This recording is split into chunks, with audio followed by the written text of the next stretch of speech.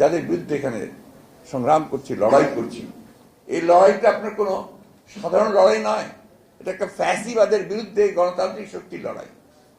এবং এই গণতান্ত্রিক শক্তি লড়াই করতে গিয়ে আমরা ইতিমধ্যেই আমরা গত কয়েক বছরে আমাদের দলের প্রায় হাজার হাজার নেতা কর্মী প্রাণ দিয়েছে। আমাদের এই ৬০ লক্ষ মানুষের বিরুদ্ধে মিথ্যা মামলা হয়েছে। আমরা জেলে যাচ্ছি, কারাগারে যাচ্ছি। হ্যাঁ, সাফল্য আসছে না, সাফল্য একদিনে আসে না। আজকে আমাদের নেত্রী, যিনি আমাদের সবচেয়ে মানে ইন্সপিরেশন, অনুপ্রেরণার স্থল, তিনি আজকে কারাগারে বন্ধ হয়ে আছেন। এটাও আসবে যে কেন কেন আমরা তাকে বের করতে পারিনি, যেটা আমাদের পক্ষে সম্ভব হয়নি এখন পর্যন্ত। কিন্তু আমরা সেই জন্য লড়াই করছি, আমরা সেখান থেকে সরে আসি। আমরা যখন আপনার পুলিশের গুলি খাই, আমরা যখন টিয়ার গ্যাস খাই, আমরা যখন জেলের মধ্যে ঢুকি, আমাদের ছেলেদের যখন নখ তুলে নেওয়া হয়, তাদেরকে হত্যা করা হয়, সেটা আমরা একটু বুঝতে পারি যে কি অবস্থার মধ্যে দিয়ে আমরা যাচ্ছি। আমাদের দেখতে হবে যে এখান থেকে কি আমরা সরে গেছি কিনা। আমরা এতটুকু সরিনি সেখান থেকে। আমরা এই লড়াই চালাচ্ছি, চলবে, এবং যতক্ষণ পর্যন্ত বিজয় অর্জন না হবে এই লড়াই আমাদের চলবে। 15 বছরের লড়াই করে আমরা যদি মনে করি যে আমরা হেরে গেছি, এ কথা মনে করার কোনো কারণ নেই।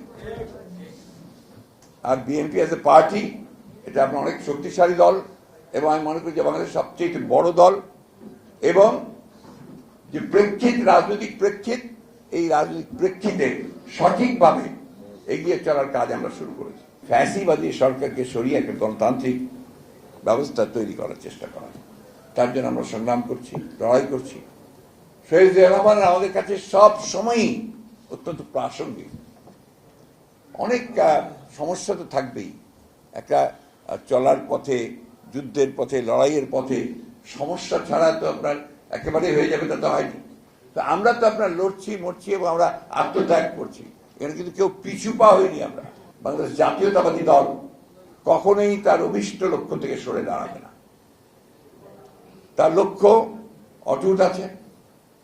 কৌশল অনেক সময় পরিবর্তন হতে পারে, সেই পরিবর্তন আমরা আলোচনা করি, ঠিক করব ভবিষ্যতে। যখন সাফল্য আসে, সবাই দাবি করে যে আমার জন্য হয়েছে, আমার জন্য হয়েছে। ফেলিওর হ্যাজ না, কিন্তু আমরা মনে করি ইটস নট ফেলিয়ার। আমরা নতুন করে উজ্জীবিত হয়েছি, আমরা নতুন করে আবার কাজ শুরু করেছি। ইনশাআল্লাহ জয় আমাদের হবেই, আমরা পরাজিত হতে পারি।